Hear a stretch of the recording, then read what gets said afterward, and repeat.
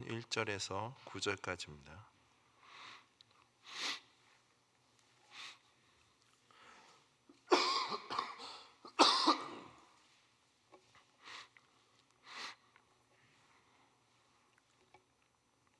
한 절씩 교도하시고 마지막 9절은 함께 합독하겠습니다. 포악한 자여, 내가 어찌하여 악한 계획을 스스로 자랑하는가? 하나님의 인자하심은 항상 있도다.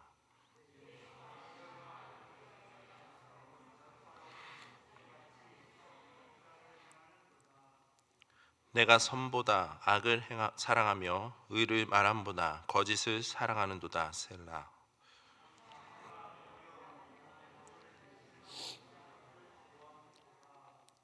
그런즉 하나님이 영원히 너를 멸하시며 너를 붙잡아 내 장막에서 뽑아내며 살아있는 땅에서 내 뿌리를 빼시리로다. 셀라.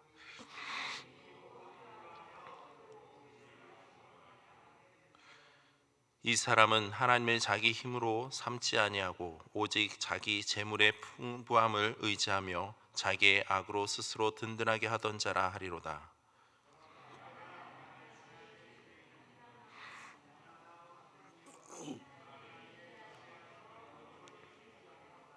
함께 읽겠습니다.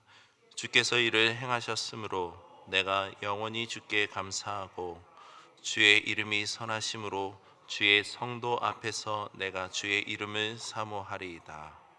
아멘. 잠시 기도하겠습니다. 하나님 감사합니다. 오늘 하루도 시작함에 있어서 먼저 하나님의 말씀과 기도로 나아갑니다. 하나님, 우리의 심령을 주님께서 붙들어 주시고 또 우리의 여러 가지 어려운 상황 속에서도 흔들리지 아니할 수 있는 믿음을, 굳건하게 붙들어 갈 수 있는 그 믿음을 주님께서 함께 하셔서 힘을 주셔서 지켜나갈 수 있도록 늘 우리와 함께 동행하여 주시옵소서. 오늘 우리의 삶 속에서 정말 내가 하나님의 자녀임을 더욱더 온전히 증거하며 또 잊지 아니하며 살아갈 수 있도록 주님께서 우리에게 깨닫게 해주시고 또 말씀을 통해서 우리의 상한 심령을 위로하여 주시옵소서. 감사드리며 예수님의 이름으로 기도드립니다. 아멘.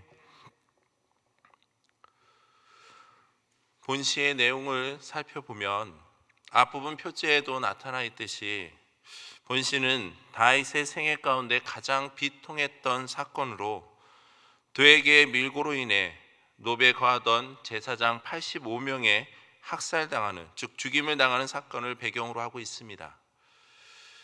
본시는 사무엘상 21장과 22장에도 나타나 있는 도액이 행한 악한 일들에 기록되어 있습니다.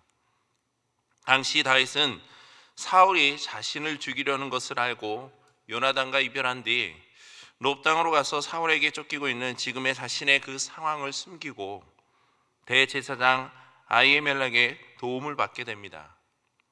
아히멜렉은 다윗에게 음식을 대접할 뿐만 아니라 블레셋 사람 골리앗의 칼도 주게 됩니다. 그때 사울의 목자장이었던 에돔 사람인 도액이 그 모든 과정을 보게 됩니다. 그리고 도액은 사울이 있는 곳에 가서 사울에게 사실을 거짓된 말로 보고를 하므로 마치 다윗이 아비멜렉과 공모하여서 사울을 죽이려 하는 것처럼 사울에게 이야기를 하게 됩니다. 그것을 들은 사울은 아비멜렉과 제사장들을 불러 드리게 됩니다.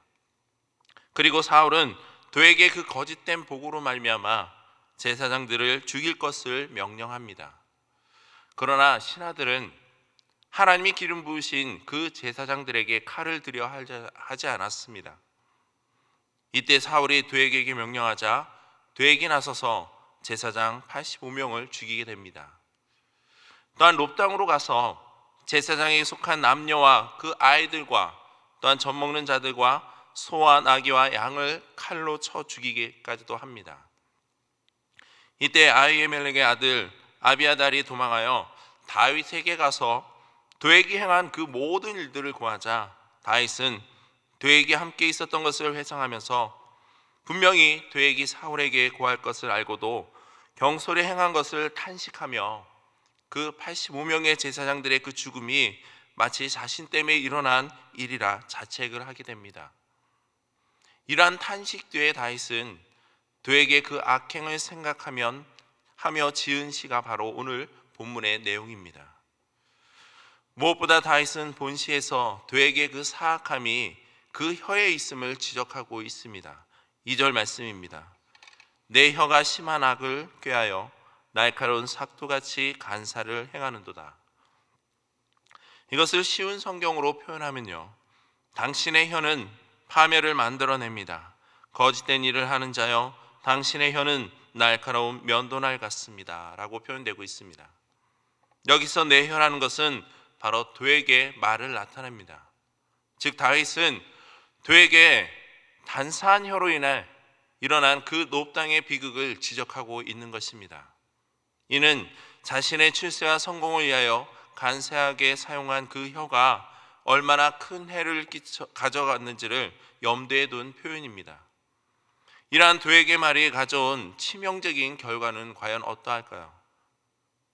다윗은 이렇게 이야기합니다. 날카로운 삭도같이 간사를 행한다고.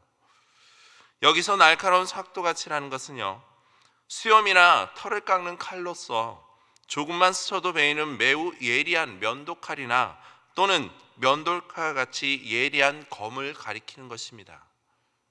이처럼 도액의 혀가 이렇게 날카로운 칼과 같다라는 말은 그 도액의 혀가 준 상처와 피해의 결과가 얼마나 크고 깊은 것인지를 잘 나타내주고 있습니다. 결국 도액의 불의하고 간사한 혀는요, 85명의 제사장들과 그에 속한 모든 것들의 생명을 앗아가고야 말았습니다. 그리고 다윗은 이러한 혀를 날카로운 삭도에 빗대고 있는 것입니다. 혀는 인간의 각 지체들 중 가장 작은 것 중 하나입니다.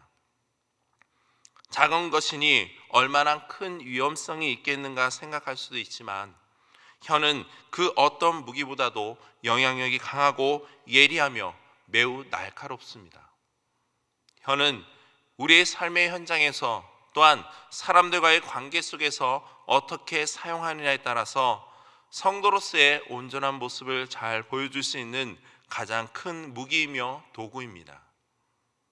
일반적으로 우리가 공동체 속에서 사람들과의 대화를 할 때 여러 가지 내용을 가지고 이야기를 나누게 됩니다. 그때 우리가 어떻게 이야기를 하느냐에 따라 받아들이는 사람마다 생각 역시 달라지는 것을 경험하게 됩니다. 누군가는 그 말에 힘을 얻게 되고 함께 공감하고 함께 기뻐하고 즐거워합니다. 그러나 누군가는 그 말에 오히려 큰 상처를 받게 되고 함께하기를 멀리하며 불편한 마음을 갖기도 합니다. 특히 교회라는 공동체 속에서 우리가 혀를 통해 어떠한 말들이 오고 가는지를 보면 그 교회가 얼마나 건강한 공동체로서 성장해 가는지를 어느 정도 우리가 알 수가 있습니다. 어떤 대화 속에서는 교회의 유익과 덕을 끼치며 성도들 간의 격려와 힘, 즐거움을 주므로 교회 성장에 유익을 주는 대화인 반면에 어떤 대화는 누군가의 허물과 티를 이야기하며 교회와 성도들의 그 부족함과 불평, 불만만을 이야기하므로 오히려 교회 성장에 장애를 주는 대화를 하게 된다는 겁니다. 이런 대화는 결국 하나님의 의를 드러내는데 장애를 주는 것은 물론이며 교회가 하나 되어가는 그 화합하는 것을 오히려 가로막는 것이 될 수밖에 없습니다. 물론 어느 공동체이든 모두가 같은 말을 하고 같은 마음과 생각을 가지고 함께 하지만은 않습니다. 왜냐하면 모두가 다 다르기 때문입니다. 생각과 일하는 방법, 표현하는 방법과 언어의 표현 역시 다르기 때문입니다.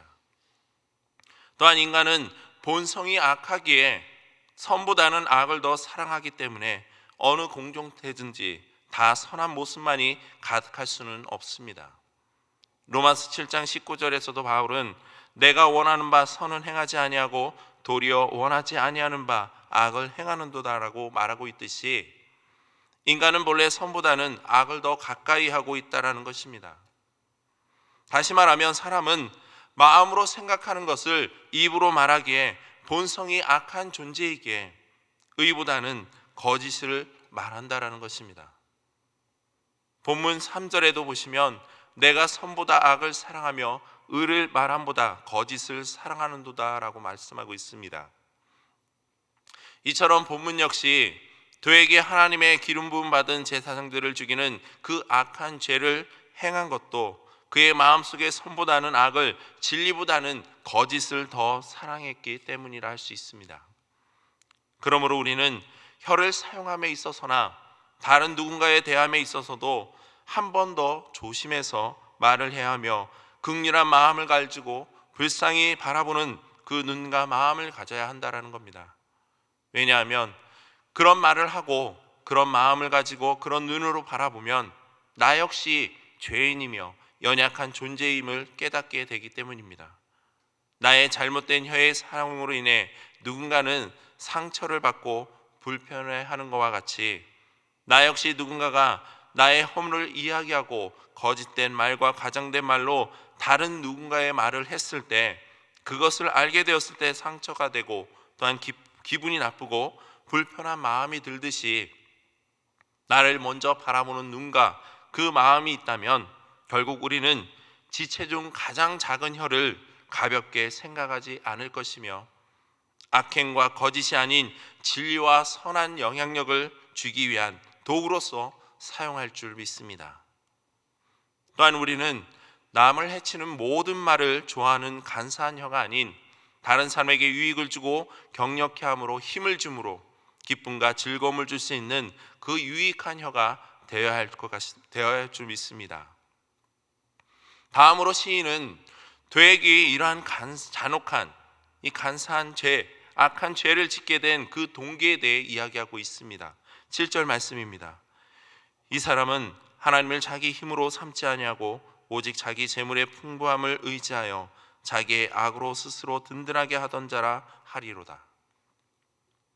이는 악인들의 잘못된 가치관이 무엇인지를 의인이 비웃으며 하는 말을 직접 합법으로 이야기하고 있는 것입니다.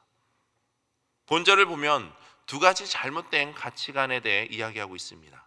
가장 먼저는 자기 스스로를 자랑하는 자는 마땅히 자기 힘으로 삼아야 할 하나님을 자기 힘으로 삼지 않고 있다라는 것입니다.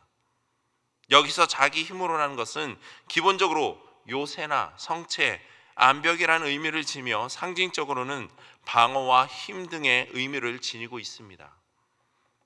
이는 시편에서 성도들이 자신들의 보호와 안전을 보장하는 그 하나님의 능력을 확증하는 표현으로서 사용되는 대표적인 표현 중 하나입니다. 특히 삼지 아니하고의 시제상 의미를 보면 절대적, 영속적 금지의 부정적인 의미를 지니게 됩니다. 즉 자기의 악으로 스스로 든든하게 하던 자들은 하나님을 무능하고 무익한 분으로 여기고 있다는 것으로 하나님을 결코 피난처로 여기지 않고 있다는 것입니다. 또한 그들의 잘못된 가치관은 바로 재물의 풍부함을 의지하고 있다는 겁니다. 본시에 나타난 도액 역시 하나님보다 사울이 줄 상과 그 재물에 더 큰 마음을 두고 있습니다. 그는 하나님에 대해 전혀 두려워하지 않으며 더 나아가 하나님을 업심여기고 있는 모습입니다. 그로 인해 그는 누구도 원하지 않는 하나님이 기름 부은 세우신 무고한 그 제사장들은 물론이며 그에 속한 모든 이들을 죽이는 패역한 일에 자원하였던 것입니다. 그러므로 다윗은 지금 세상적 탐욕의 잘못된 가치관에 빠져 하나님을 두려워하지 않고 죄악을 서슴없이 행하고 있는 도액이 장차 살아계신 하나님의 그 손에 빠져 심판을 당할 것임을 확신하고 그의 잘못을 지적하고 있습니다. 이처럼 시인은 그들의 심판을 자초하는 그 죄악을 끊임없이 지을 뿐 아니라 그로 인해 재앙에 그들의 내일을 내어 맡기는 어리석은 자들임을 지적하기 위해 이 같은 표현을 사용하고 있습니다. 마지막으로 또한 다윗은 8절과 9절의 말씀을 통해서 이렇게 말씀하고 있습니다. 그러나 나는 하나님의 집에 있는 푸른 감람나무와 같으며 하나님의 인자하심을 영원히 의지하리로다.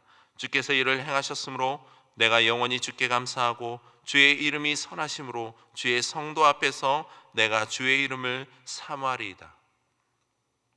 여기에 보면 다윗은 자기를 푸른 감람나무에 비유하며 하나님의 인자하심과 그 이름을 영원히 의지하겠다라고 고백하고 있습니다. 이것은 다르게 말하면 하나님의 그 인자하심과 이름을 의지한 결과 자신이 푸른 감람나무와 같이 될 것이라는 그 사실을 이야기하고 있는 것입니다. 지금 다윗은 5절에서는 자기를 스스로 자랑하는 자를 뿌리까지 뽑히는 나무에 비유하며 본절에서는 자신을 하나님의 집에 있는 푸른 감람나무에 비유하며 푸른 감람나무처럼 오전에 악인이 되는 그 뿌리가 뽑힌 나무와는 대조적인 것으로서 의인의 형통함과 번영된 그 삶을 잘 나타내주고 있다는 겁니다. 즉 악인과 의인의 마지막을 분명하게 대조시키므로 모든 성도들이 마땅히 걸어야 할 길을 제시하고 있습니다.